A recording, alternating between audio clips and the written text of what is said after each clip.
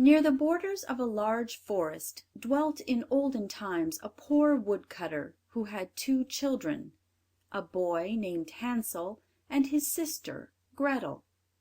They had very little to live upon, and once when there was a dreadful season of scarcity in the land, the poor woodcutter could not earn sufficient to supply their daily food. One evening, after the children were gone to bed, the parents sat talking together over their sorrow, and the poor husband sighed and said to his wife, who was not the mother of his children but their stepmother, "What will become of us? For I cannot earn enough to support myself and you, much less the children. What shall we do with them? For they must not starve." "I know what to do, husband," she replied. "Early tomorrow morning we will take the children for a walk across the forest and leave them in the thickest part. They will never find the way home again, you may depend, and then we shall only have to work for ourselves." "No, wife," said the man, "that I will never do. How could I have the heart to leave my children all alone in the wood, where the wild beasts would come quickly and devour them?" "Oh, you fool!" replied the stepmother. "If you refuse to do this, you know we must all four perish with hunger. You may as well go and cut the wood for our coffins." And after this she let him have no peace till he became quite worn out, and could not sleep for hours, but lay thinking in sorrow about his children. The two children, who also were too hungry to sleep, heard all that their stepmother had said to their father. Poor little Grethel wept bitter tears as she listened, and said to her brother, "What is going to happen to us, Hansel?" "Hush, Grethel," he whispered, "don't be so unhappy. I know what to do." Then they lay quite still till their parents were asleep. As soon as it was quiet, Hansel got up, put on his little coat, unfastened the door, and slipped out. The moon shone brightly, and the white pebble stones which lay before the cottage door glistened like new silver money. Hansel stooped and picked up as many of the pebbles as he could stuff in his little coat pockets. He then went back to Grethel and said, "Be comforted, dear little sister, and sleep in peace. Heaven will take care of us." Then he laid himself down again in bed and slept till the day broke. As soon as the sun was risen, the stepmother came and woke the two children and said, "Get up, you lazy bones, and come into the wood with me to gather wood for the fire." Then she gave each of them a piece of bread, and said, "You must keep that to eat for your dinner, and don't quarrel over it, for you will get nothing more." Grethel took the bread under her charge, for Hansel's pockets were full of pebbles. Then the stepmother led them a long way into the forest. They had gone but a very short distance when Hansel looked back at the house, and this he did again and again. At last his stepmother said, "Why do you keep staying behind and looking back so?" "Oh, mother," said the boy, "I can see my little white cat sitting on the roof of the house, and I am sure she is crying for me." "Nonsense!" she replied. "That is not your cat. It is the morning sun shining on the chimney pot." Hansel had seen no cat, but he stayed behind every time to drop a white pebble from his pocket on the ground as they walked. As soon as they reached a thick part of the wood, their stepmother said, "Come, children, gather some wood, and I will make a fire, for it is very cold here." Then Hansel and Grethel raised quite a high heap of brushwood and faggots, which soon blazed up into a bright fire, and the woman said to them, "Sit down here, children, and rest while I go and find your father, who is cutting wood in the forest. When we have finished our work we will come again and fetch you." Hansel and Grethel seated themselves by the fire, and when noon arrived they each ate the piece of bread which their stepmother had given them for their dinner, and as long as they heard the strokes of the axe they felt safe, for they believed that their father was working near them. But it was not an axe they heard, only a branch which still hung on a withered tree, and was moved up and down by the wind. At last, when they had been sitting there a long time, the children's eyes became heavy with fatigue, and they fell fast asleep. When they awoke it was dark night, and poor Grethel began to cry, and said, "Oh, how shall we get out of the wood?" But Hansel comforted her. "Don't fear," he said. "Let us wait a little while till the moon rises, and then we shall easily find our way home." Very soon the full moon rose, and then Hansel took his little sister by the hand, and the white pebble stones which glittered like newly coined money in the moonlight, and which Hansel had dropped as he walked, pointed out the way. They walked all the night through, and did not reach their father's house till break of day. They knocked at the door, and when their stepmother opened it, she exclaimed, "You naughty children! Why have you been staying so long in the forest? We thought you were never coming back." But their father was overjoyed to see them, for it grieved him to the heart to think that they had been left alone in the wood. Not long after this there came another time of scarcity and want in every house, and the children heard their stepmother talking after they were in bed. "The times are as bad as ever," she said.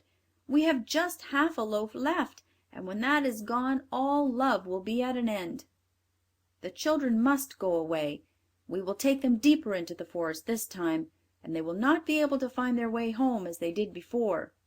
It is the only plan to save ourselves from starvation." But the husband felt heavy at heart, for he thought it was better to share the last morsel with his children. His wife would listen to nothing he said, but continued to reproach him, and as he had given way to her the first time, he could not refuse to do so now. The children were awake and heard all the conversation, so as soon as their parents slept, Hansel got up, intending to go out and gather some more of the bright pebbles to let fall as he walked, that they might point out the way home, but his stepmother had locked the door, and he could not open it. When he went back to his bed he told his little sister not to fret, but to go to sleep in peace, for he was sure they would be taken care of. Early the next morning the stepmother came and pulled the children out of bed, and when they were dressed gave them each a piece of bread for their dinners, smaller than they had had before, and then they started on their way to the wood. As they walked, Hansel, who had the bread in his pocket, broke off little crumbs, and stopped every now and then to drop one, turning round as if he was looking back at his home. "Hansel," said the woman, "what are you stopping for in that way? Come along directly." "I saw my pigeon sitting on the roof, and he wants to say good bye to me," replied the boy. "Nonsense," she said, "that is not your pigeon. It is only the morning sun shining on the chimney top." But Hansel did not look back any more. He only dropped pieces of bread behind him as they walked through the wood. This time they went on till they reached the thickest and densest part of the forest, where they had never been before in all their lives. Again they gathered faggots and brushwood, of which the stepmother made up a large fire. Then she said, "Remain here, children, and rest, while I go to help your father, who is cutting wood in the forest. When you feel tired you can lie down and sleep for a little while, and we will come and fetch you in the evening, when your father has finished his work." So the children remained alone till midday, and then Grethel shared her piece of bread with Hansel, for he had scattered his own all along the road as they walked. After this they slept for a while, and the evening drew on, but no one came to fetch the poor children. When they awoke it was quite dark, and poor little Grethel was afraid, but Hansel comforted her, as he had done before, by telling her they need only wait till the moon rose. "You know, little sister," he said, "that I have thrown breadcrumbs all along the road we came, and they will easily point out the way home." But when they went out of the thicket into the moonlight they found no breadcrumbs, for the numerous birds which inhabited the trees of the forest had picked them all up. Hansel tried to hide his fear when he made this sad discovery, and said to his sister, "Cheer up, Grethel. I dare say we shall find our way home without the crumbs. Let us try." But this they found impossible.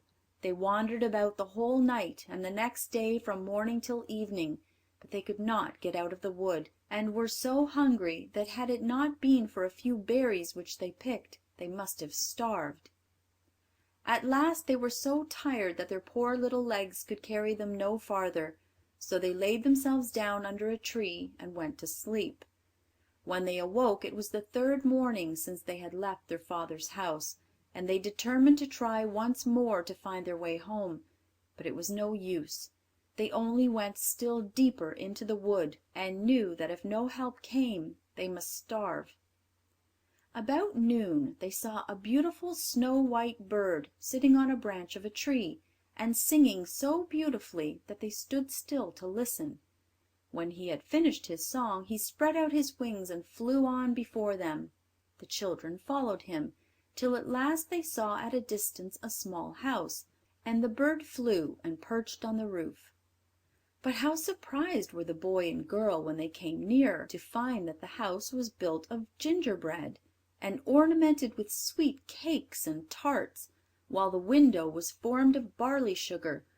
"Oh!" exclaimed Hansel, "let us stop here and have a splendid feast. I will have a piece from the roof first, Grethel, and you can eat some of the barley sugar window. It tastes so nice." Hansel reached up on tiptoe, and breaking off a piece of the gingerbread, he began to eat with all his might, for he was very hungry. Grethel seated herself on the doorstep and began munching away at the cakes of which it was made. Presently a voice came out of the cottage. "Munching, crunching, munching, who's eating up my house?" Then answered the children, "The wind, the wind, only the wind," and went on eating, as if they never meant to leave off, without a suspicion of wrong. Hansel, who found the cake on the roof tasted very good, broke off another piece, and Grethel had just taken out a whole pane of barley sugar from the window and seated herself to eat it, when the door opened, and a strange-looking old woman came out leaning on a stick. Hansel and Grethel were so frightened that they let fall what they held in their hands. The old woman shook her head at them and said, "Ah, you dear children, who has brought you here? Come in and stay with me for a little while, and there shall no harm happen to you." She seized them both by the hands as she spoke, and led them into the house. She gave them for supper plenty to eat and drink, milk and pancakes and sugar, apples and nuts, and when the evening came Hansel and Grethel were shown two beautiful little beds with white curtains, and they lay down in them and thought they were in heaven. But although the old woman pretended to be friendly, she was a wicked witch who had her house built of gingerbread on purpose to entrap children. When once they were in her power she would feed them well till they got fat, and then kill them and cook them for her dinner. And this she called her feast day. Fortunately the witch had weak eyes and could not see very well, but she had a very keen scent, as wild animals have, and could easily discover when human beings were near. As Hansel and Grethel had approached her cottage, she laughed to herself maliciously, and said with a sneer, "I have them now, they shall not escape from me again." Early in the morning, before the children were awake, she was up, standing by their beds, and when she saw how beautiful they looked in their sleep, with their round rosy cheeks, she muttered to herself, "What nice tidbits they will be." Then she laid hold of Hansel with her rough hand, dragged him out of bed, and led him to a little cage which had a lattice door, and shut him in. He might scream as much as he would, but it was all useless. After this she went back to Grethel, and shaking her roughly till she woke, cried, "Get up, you lazy hussy, and draw some water, that I may boil something good for your brother, who is shut up in a cage outside till he gets fat, and then I shall cook him and eat him." When Grethel heard this she began to cry bitterly, but it was all useless. She was obliged to do as the wicked witch told her. For poor Hansel's breakfast the best of everything was cooked, but Grethel had nothing for herself but a crab's claw. Every morning the old woman would go out to the little cage and say, "Hansel, stick out your finger that I may feel if you are fat enough for eating." But Hansel, who knew how dim her old eyes were, always stuck a bone through the bars of his cage, which she thought was his finger, for she could not see, and when she felt how thin it was she wondered very much why he did not get fat. However, as the weeks went on and Hansel seemed not to get any fatter, she became impatient, and said she could not wait any longer. "Go, Grethel," she cried to the maiden, "be quick and draw water. Hansel may be fat or lean, I don't care. Tomorrow morning I mean to kill him and cook him." Oh, how the poor little sister grieved when she was forced to draw the water, and as the tears rolled down her cheeks, she exclaimed, "It would have been better to be eaten by wild beasts, or to have been starved to death in the woods. Then we should have died together." "Stop your crying," cried the old woman. "It is not of the least use. No one will come to help you." Early in the morning Grethel was obliged to go out and fill the great pot with water, and hang it over the fire to boil. As soon as this was done, the old woman said, "We will bake some bread first. I have made the oven hot, and the dough is already kneaded."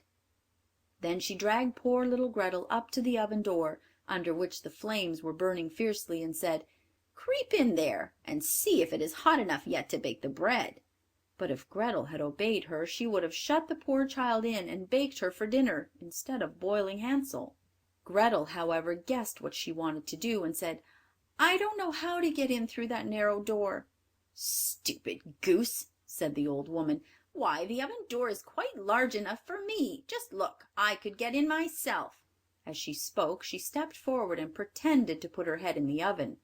A sudden thought gave Grethel unusual strength. She started forward, gave the old woman a push which sent her right into the oven. Then she shut the iron door and fastened the bolt. Oh, how the old witch did howl! It was quite horrible to hear her, but Grethel ran away, and therefore she was left to burn, just as she had left many poor little children to burn. And how quickly Grethel ran to Hansel, opened the door of his cage, and cried, "Hansel, Hansel, we are free! The old witch is dead!" He flew like a bird out of his cage at these words, as soon as the door was opened, and the children were so overjoyed that they ran into each other's arms and kissed each other with the greatest love. And now that there was nothing to be afraid of, they went back into the house, and while looking round the old witch's room, they saw an old oak chest, which they opened, and found it full of pearls and precious stones. "These are better than pebbles," said Hansel, and he filled his pockets as full as they would hold.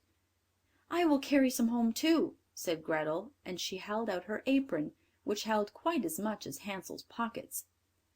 "We will go now," he said, "and get away as soon as we can from this enchanted forest." They had been walking for nearly 2 hours when they came to a large sheet of water. "What shall we do now?" said the boy. "We cannot get across, and there is no bridge of any sort." "Oh, here comes a boat!" cried Grethel, but she was mistaken. It was only a white duck, which came swimming towards the children. "Perhaps she will help us across if we ask her," said the child, and she sung, "Little duck, do help poor Hansel and Grethel. There is not a bridge nor a boat. Will you let us sail across on your white back?"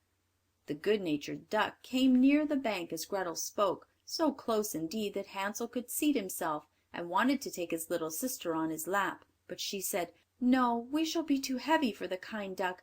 Let her take us over one at a time." The good creature did as the children wished. She carried Grethel over first, and then came back for Hansel. And then how happy the children were to find themselves in a part of the wood which they remembered quite well. And as they walked on, the more familiar it became, till at last they caught sight of their father's house. Then they began to run, and bursting into the room, threw themselves into their father's arms. Poor man! He had not had a moment's peace since the children had been left alone in the forest. He was full of joy at finding them safe and well again, and now they had nothing to fear, for their wicked stepmother was dead. But how surprised the poor woodcutter was when Grethel opened and shook her little apron to see the glittering pearls and precious stones scattered about the room, while Hansel drew handful after handful from his pockets. From this moment all his care and sorrow was at an end, and the father lived in happiness with his children till his death.